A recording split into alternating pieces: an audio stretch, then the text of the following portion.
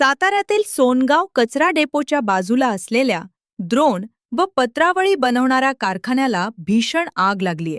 सायंकाळी सुमारे 8 वाजण्याच्या सुमारास ही आग लागली असून या आगीत कारखान्यातील साहित्य जळून खाक झाले.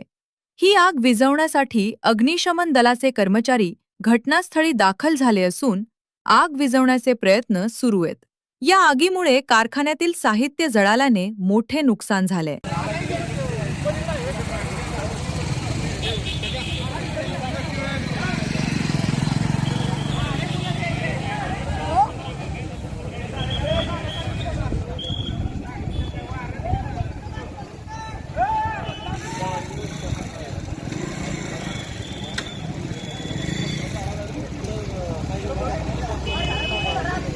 सोन्या गाडी